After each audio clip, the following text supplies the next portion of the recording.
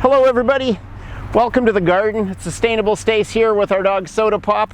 We're putting out nearly the 100th video on the channel, and today we're going to talk about pushing pause on a garden bed. Maybe you're too busy, maybe you have more space than you need and you want to be able to walk away but not let things get out of control. Today we're going to do a few easy steps so that it'll be ready for you when you're ready to grow again and it'll be in control. Here we go.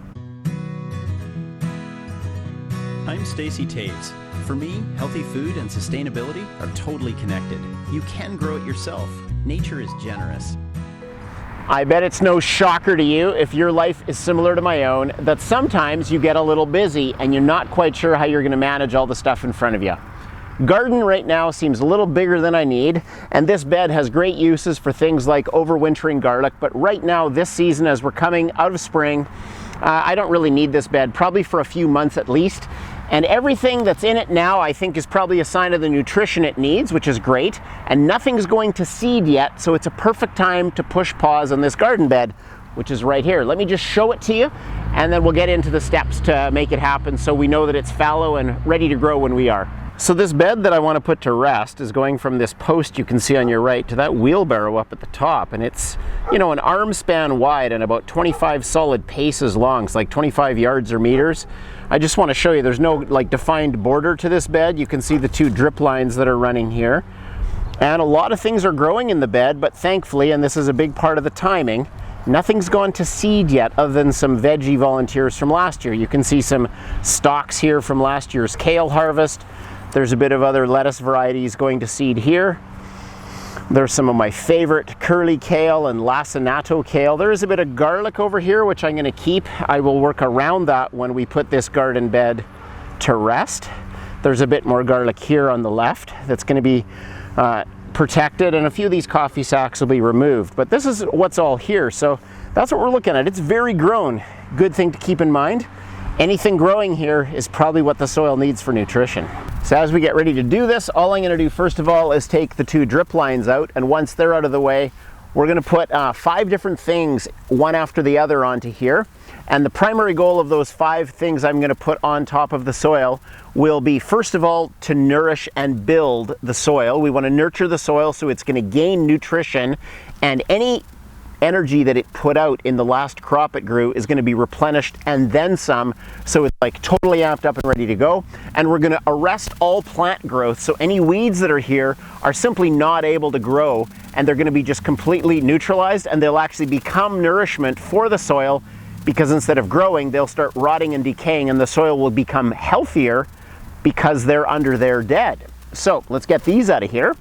And then I'll get into putting those 5 things on a time lapse so you don't have to sit around and watch me work. Start to finish, this entire project on this bed, which is 25 paces long, it's going to be 15 minutes. It's quick. That's why if you just take a few minutes to put a garden bed to sleep, it's going to come back to you in time saving in the future if you do these things today. Okay, the drip lines are out. We're ready to nourish and arrest. Nourish the soil, arrest all the plant growth. 5 things going down. I'm going to put them down in time lapse so it's quick. And then we'll talk about what they are and what they do, and we'll wrap it up, and it'll look awesome, and it'll be on pause.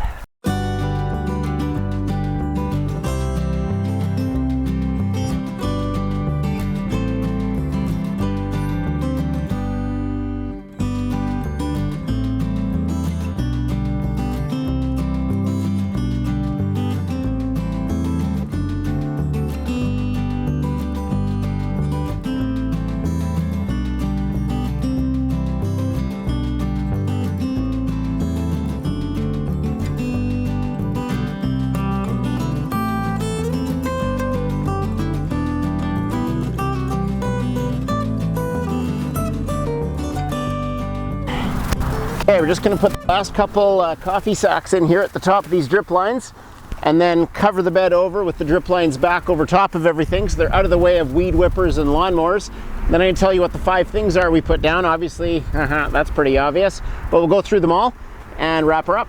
It's all done. I took a photo before I started this project, so I'm just going to take one of it after, and then I'll put those both up there so you can see the difference between the before and the after. It's pretty fantastic.